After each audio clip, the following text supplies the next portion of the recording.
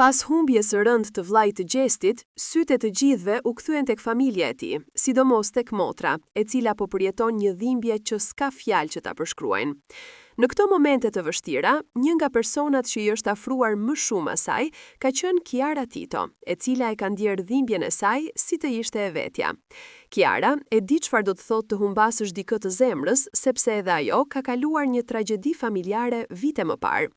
Ajo e ka kërkuar motrën e Gjestit në qetësi, larg kamerave, dhe i ka ofruar fjalët që çdo njeri ka nevojë t'i dëgjojë në kohë të tilla. Nuk je vetëm.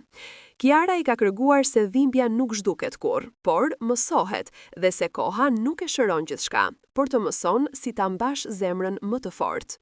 Ajo nuk shkoi si një person publik, por si një grua që e ka provuar një plagë të ngjashme. Në bisedat e tyre, Kiara i ka thënë se lotët janë normale, se nuk ka pse të turpërohet për dobësinë, dhe se forca nuk qëndron tek mosqarja, por tek kapaciteti për të vazhduar përpara. Ajo i ka kujtuar se vëllai i saj do donte ta shihte të buzëqeshte, të jetonte, të mos dorëzohej dhe të ishte mbështetja e familjes ashtu siç ka qenë gjithmonë. Motra e Gjestit, mes dhimbjes dhe shokut, ka gjetur një ngroftësi të pazakontë tek Kiara, jo vetëm si njeri që ka kaluar humbje, por si dikush që e kupton heshtjen, boshllëkun dhe ankthin që sjell vdekja e një njeriu të shtrenjtë.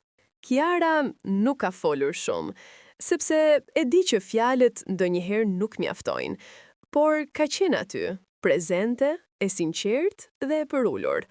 Sot, mes gjithë kaosit emocional dhe pikëllimit, Kiara po mundohet t'i jap asaj atë që do të donte t'i kishin dhënë dikur, kur ajo.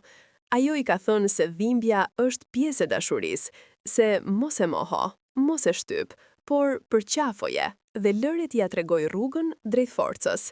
Dhe ndoshta kjo mbështetje e heshtur, e thjeshtë dhe shumë njerëzore, është ajo që motra e Gjestit ka nevojë më shumë se çdo gjë tjetër në këtë moment.